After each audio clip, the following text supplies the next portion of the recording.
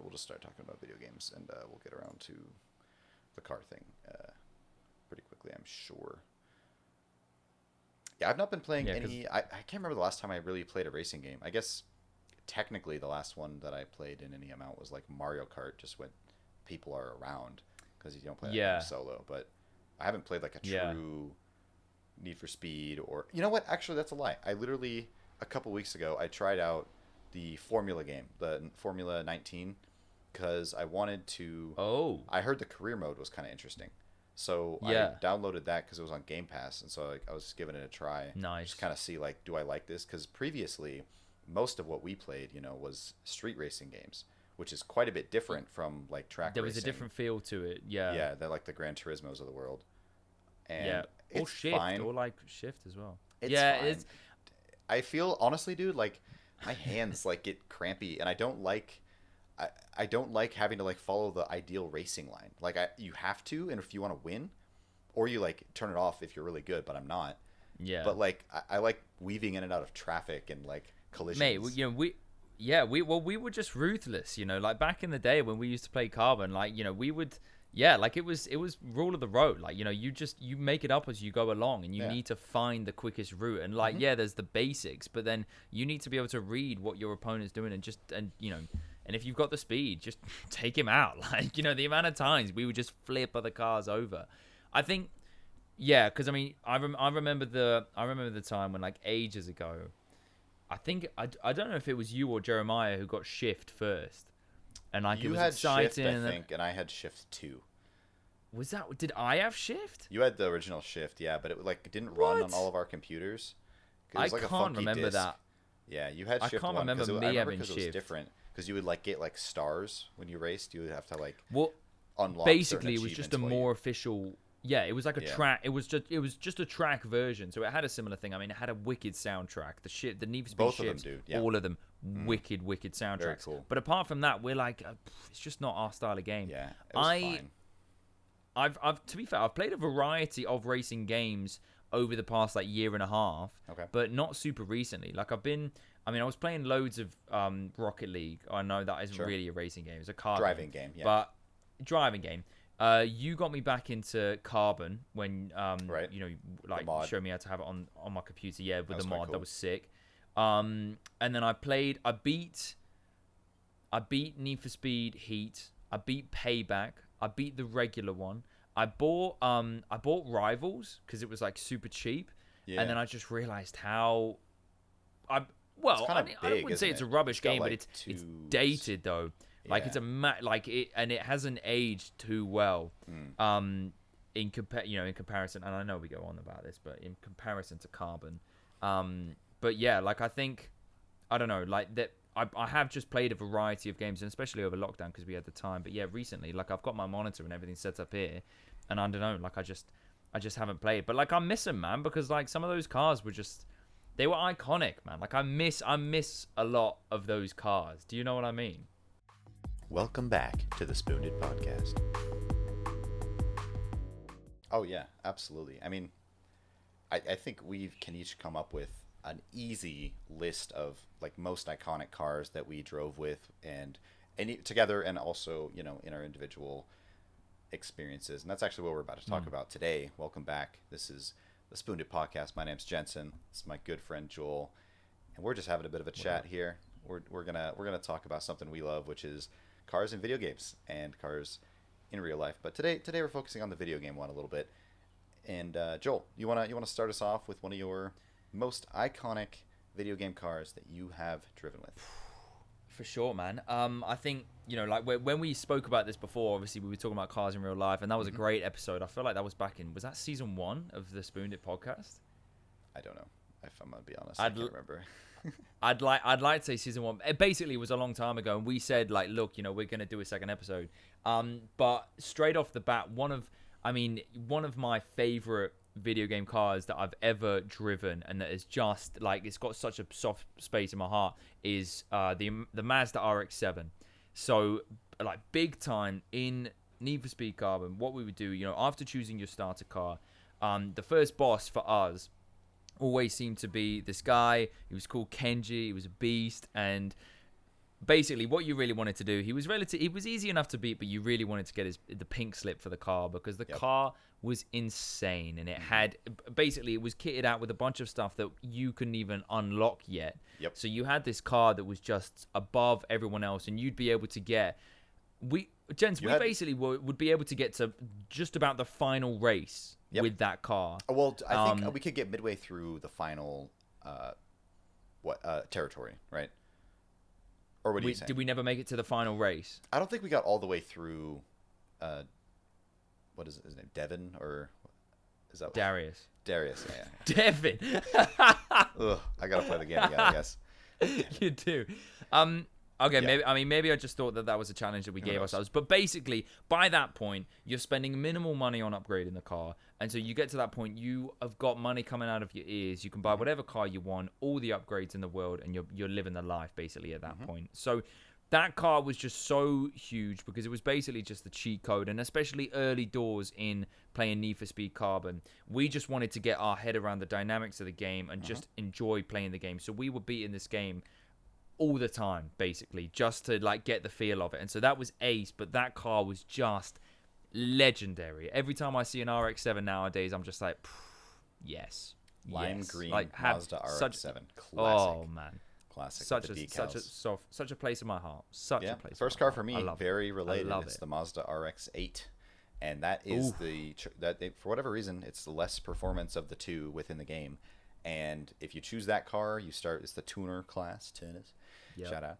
And you start in that territory with, like Joel said, with Kenji, and then you could unlock the boss car. We had like a 2 in 5 chance to get it if you choose from the those things once you beat them. Something like that. We didn't fail many times, but that was one of the most tense moments of the game. Of course.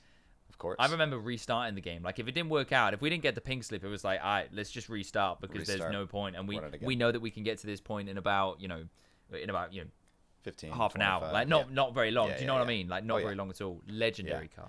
Yeah, but so that RX-8 is my quick shout out. But like when Joel was saying, with the RX-7, what you could do is then make it almost to kind of the end game, and you have so much money, you can kind of do whatever you want. And so one of the things we were trying to do the very first time we beat the game was figure out what car we could beat the game with, because we tried all of the cars the bosses had, or we tried maybe the Murcielago. We couldn't do it with.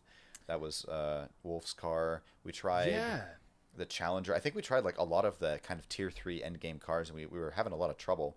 And I happened to be in Dubai staying with my aunt and uncle. My family was visiting for a holiday, and we were playing. Me and Brevin were playing this game on his laptop.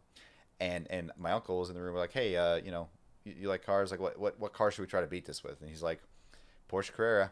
We're like, all right, there's one in the game. Sure, give it a shot. Porsche Carrera GT. Bought it. Beat the boss.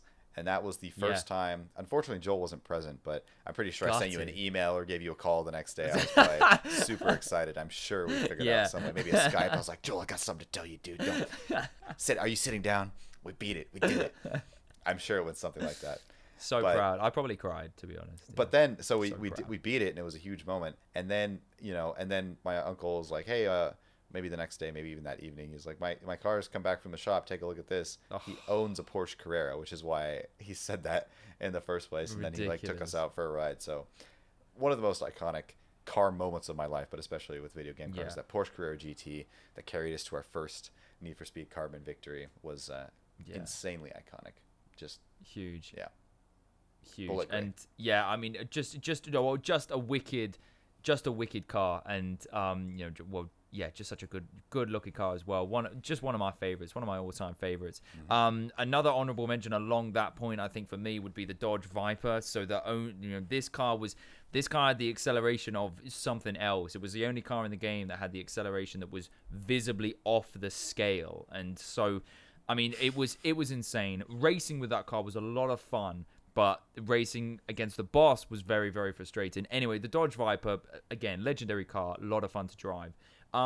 Taking a step back now for me out of Carbon, like I said, I've recently been playing Payback and Heat, both Need for Speed games, both wicked, and would highly recommend if you're thinking of getting like either one of those. Both very, very cool games. Speaking of the latest one, which is Need for Speed Heat, basically the main car of the game is the Koenigsegg Regera. So a lot of the story mode early doors, you're trying to find and run away with and escape with this Regera. Very, very cool. And oh no, maybe that's Payback. I might be getting confused. Anyways, just a wicked car, and it was the only car in the game with like the speed rating was just 400 plus, and so that was it. And so you see that and you're like, see, that's dangerous, that is. And so I mean, I hustled to get through the game, but once I finally got there, got the car, went through every race, and you just won, and you won easily, and you won in style. Such a good drive, and all Koenigsegg cars, to be fair, I absolutely love to pieces. But the Regera for me is just a tier above. Incredible, with the fact that it has only one gear for its gearbox, just still blows my mind. What a car! Yeah, love it to absolute pieces. Yeah, yeah, it's not a competition, but yeah, like I was about to say that's a hard one to beat. Mic drop on that point. But we'll give you a moment here. Beautiful car, outstanding. Thanks. Thank you. I was trying to think of what we were trying to think of aside from Carbon, like Joel said, which is hard to do because we played that game actually at least 6 times through. I would, if not more, and way more. Yeah, easily the most time I've spent in any car game, and at least half of that was like with you trading off, doing different races. Outstanding times and memories. So anyway, all that to say, I was trying to think of a car that is not in Need for Speed Carbon that I could talk about. And the first one that really popped out to me is the Halo Warthog. And this is one of my favorite vehicles in a video game all time. That is genius. Love driving these things, dude. From Halo Combat Evolved on like our local multiplayer, we'd sit around on the table or couches, do like 2-on-2 because there were like 4 of us that we could play with. Maybe do some free for all, but we love the 2-on-2 because we would do this game. What do we call it? Like bumper cars, and we just like crash into each other. Or like have somebody running around and then people are trying to run them over. Just making up our own games with these things. And the Warthogs are so fun to just go off of jumps. There's the one with the missile launcher. There's one with the turret. And recently I was playing the beta for the new upcoming Halo Infinite. And my favorite part was just driving around the Warthog and getting in and being in the big battles with somebody in the turret, somebody in the sidecar. Just cruising around. Oh, I cannot wait when that game comes out. I believe early December. We definitely have to play some of that and get some Warthog racing going. But man, the Halo Warthog is just always going to be one of those vehicles that if I ever had an extra $10,000, I'd go out and find a kit and build one myself. But that would be insane. What a great honorable mention there, gents. That was I did not expect that from you. But I told you it was going to be something you didn't see coming. That is perfect and very rightly deserved. I was just checking, just looking at my watch. Do you know what time it is? Yeah, Joel, I think I do. And now it's time for Lights, Camera, Fiction with Dennis Serkis and Andy Villanueva. Welcome back to your favorite improvisational film trailer movie show. I am Dennis Serkis, and this, of course, is my co-host, Andy Villanueva. Thanks, Dennis. Now, for those of you who may be new to the program, this is where we are generated a random movie title or titles and must create the trailer for said title, and it's all done off the cuff. Indeed, Andy. Now let's see what our first movie title is today. Riddle of a Cat. In a world where riddles are considered costly and cats are considered cunning, the price balance point for this Excel sheet will have you scratching your head to try and balance the numbers. But who is the creator of the Excel spreadsheet? Well, it wouldn't be Timmy the Tomcat, because he doesn't have a computer. he will be asking himself many a question and leave the audience with fewer answers. This is Riddle of a Cat. Coming to your cinemas, but maybe not. As of when, there has not been a decision yet, maybe not. A film to give you pause and make you think. Tortoise in my country. Where I come from, we got a saying. Ain't never seen a turtle walking on land. They don't belong on land. They stay in the water. But that's why, when I saw a tortoise, I thought, you know what? Turtles don't belong here, but a tortoise in my country, I can get along with that. He'll be trotting right along, real slow, to a theater near you this Springtober season. So keep your eyes and your ears open for them trotting tortoises, because Toby the trotting tortoise he's a good man. Tortoise, he's a good fellow. He's good. So go watch the cinema movie. In a country near you.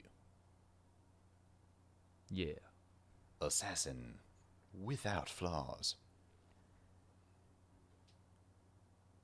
Nobody thinks that I have any flaws.